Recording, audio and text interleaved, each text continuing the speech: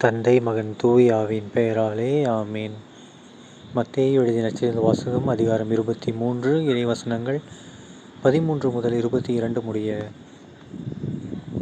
அக்காலத்தில் இயேசு கூறியது: வெளிவேடக்கார மறைநூல் அறிஞரே, பரிசேயரே, ஐயோ உங்களுக்கு கேடு! மக்கள் நுழையாதவாறு அவர்கள் முன்பாக விண்ணக வாயிலை அடைத்து விடுகிறீர்கள். நீங்கள் நுழைவதில்லை, நுழைவோரையும் விடுவதில்லை. வெளிவேடக்கார மறைநூல் அறிஞரே, பரிசேயரே, ஐயோ உங்களுக்கு கேடு! ஒருவரையாவது உங்கள் சமயத்தில் சேர்ப்பதற்கு நாடு என்றும் கடல் என்றும் பாராது சுற்றி அழைகின்றீர்கள். அவ்வாறு சேர்த்த பின் அவரை உங்களை விட 2 மடங்கு நரக தண்டனைக்கு ஆளாக்குகிறீர்கள். குருட்டு வழிகாட்டிகளே, ஐயோ உங்களுக்கு கேடு! யாராவது திருக்கோவிலின் மீது ஆணையிட்டால் ஒன்றுமில்லை.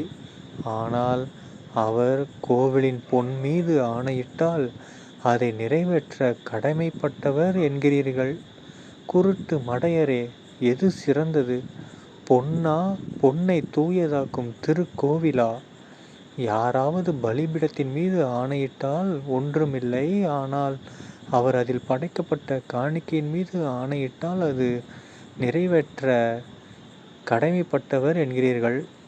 குருடரே, எது சிறந்தது? காணிக்கையா? காணிக்கையை தூயதாக்கும் பலிபீடமா? எனவே பலிபீடத்தின் மீது ஆணையிடுகிறவர் அதன் மீதும் அதன் மேல் உள்ள அனைத்தின் மீதும் ஆணையிடுகிறார். திருக்கோவிலின் மீது ஆணையிடுகிறவர் அதன் மீதும் அதில் குடிகொண்டிருக்கிறவர் மீதும் ஆணையிடுகிறார். வானத்தின் மீது ஆணையிடுகிறவர் கடவுளின் அரியணை மீதும் அதில் வீற்றிருக்கிற கடவுள் மீதும் ஆணையிடுகிறார். ஆண்டவரின் அருள்வாக்கு. கிறிஸ்துவே உமக்கு புகழ். அன்பான சகோதர சகோதரிகளே, இன்று பொதுக்காலம் 21ஆம் வாரம் ஆகஸ்ட் 26ஆம் தேதி 2024ஆம் வருடம் திங்கட்கிழமை. இன்று நற்செய்தியில் பாருங்கள், நம்ம இயேசு கிறிஸ்து ஆண்டவர் வெளிவேடக்கார மறைநூல் அறிஞரெல்லாம் பயங்கரமாக திட்டி தீர்க்கிறாரு. ஓகேங்களா? ஏன் அப்படின்னா, அவங்க பார்த்திங்கன்னா வெறும் மறைநூல் சொல்கிறோம், எங்களை மாதிரி தான் நீங்கள் வாழணும்னு சொல்லி இது பண்ணி, ஆனால் கடவுளுடைய உண்மையான திட்டத்தை அவங்கள அறிய விடாமல் இவங்க நரகத்தை நோக்கி பயணத்தை கொண்டு போகிறாங்க. இவங்க நரகத்துக்கு போனாலும் இவங்களோட 2 மடங்கு நரக தண்டனைக்கு ஆளாக்குற அளவுக்கு மக்களை மாற்றுறாங்க. ஓகேங்களா? இப்போ ஒரு ஊரில் ஒரு தலைவர் இருக்கார். அந்த தலைவர் நல்லவராக இருந்தாருன்னா அந்த ஊரே எப்படி இருக்கும்? நல்லவராக நல்ல நிலைமை கொண்டு போவாங்க. அப்டேட் இருக்க கூட வாய்ப்பு இருக்குது. அப்டேட் ஆகி இன்னும் நல்ல கூட ஆகுவாங்க. அதுவே அந்த ஊர் தலைவர் கெட்டவனாக இருந்தால் என்ன ஆகும்? ஊரே கெட்டவங்களாக மாறிடும். அது மட்டும் இல்லாமல் அடுத்த அப்டேட் என்ன ஆகும்? ரொம்ப கெட்டவங்களாக மாறிடுவாங்க. கரெக்டுங்களா? தலைவரை விட கெட்டவங்களாக மாறிடுவாங்க. அந்த மாதிரி தான் இயேசுவா சொல்ல வர்றார். மறைநூல் அறிவிக்கிறவங்க, ஓகேங்களா, மறைநூலை திரித்து தப்பாக மக்களுக்கு சொல்லி வாழ்கிறவங்கலாம் பார்த்திங்கன்னா மக்களை நரக தண்டனைக்கும் மேலே டபுள் மடங்கு நரக தண்டனைக்கு உள்ளாக்குறாங்க அப்படின்ற மாதிரி சொல்ல வர்றாரு. அப்படி பண்ணுற எல்லாருக்குமே கேடு. ஓகேங்களா? ஸோ நம்மளும் என்ன பண்ணோம்?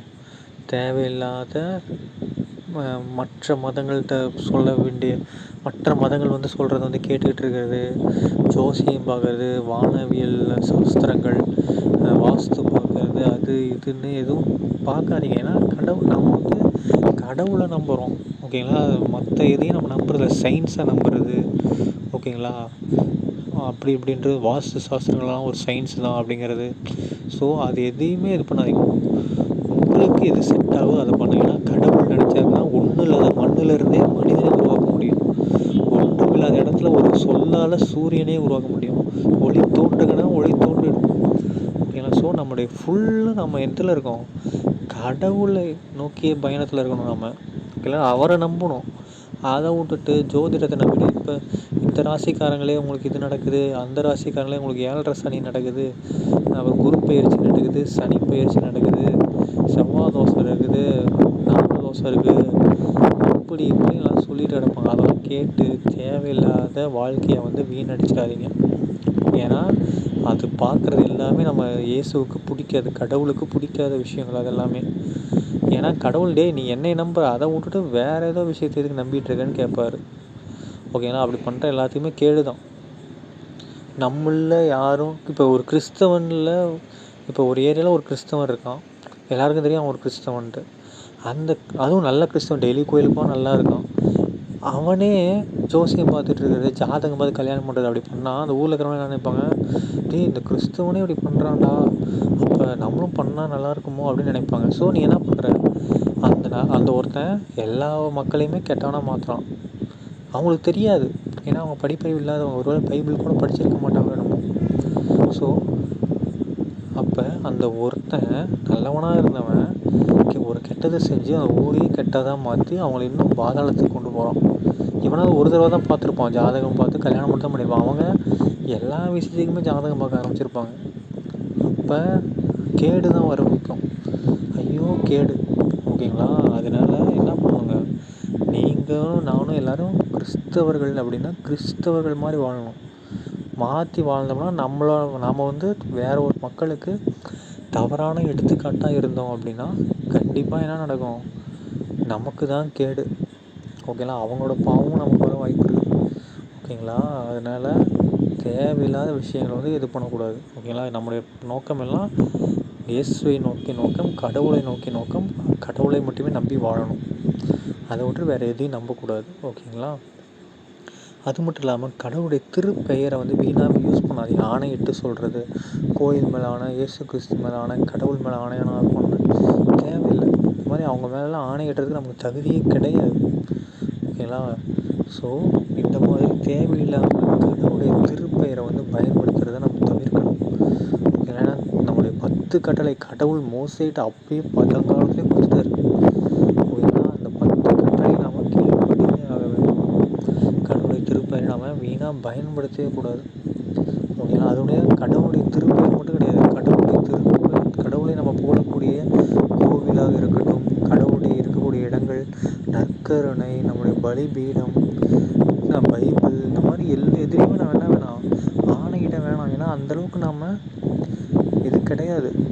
ஓகேங்களா? அதுவும் ஒருவேளை அப்படி இட்டோம்னா எப்படி இருக்கணும், அது தூய்மையானதாக இருக்கணும். ஓகேங்களா? ஸோ எப்படி இருக்கணும், நம்ம தூய்மையானதாக இருந்தால் மட்டும்தான் எதாக இருந்தாலும் நம்ம பண்ணுமே தவிர மற்றபடி எதுவும் பண்ணக்கூடாது. ஓகேங்களா? ஸோ வெளிவேடக்காரராக இருக்காமல் நல்ல ஒரு கிறிஸ்தவ மனிதராக வாழ்வோம். சரிங்களா? தந்தை மகன் தூயாவின் பெயராலே ஆமேன். இயேசுக்கே புகழ், இயேசுக்கே நன்றி, மரியே வாழ்க, இயேசுவின் ரத்தம் ஜெயம். அல்லேலூயா. Praise the Lord.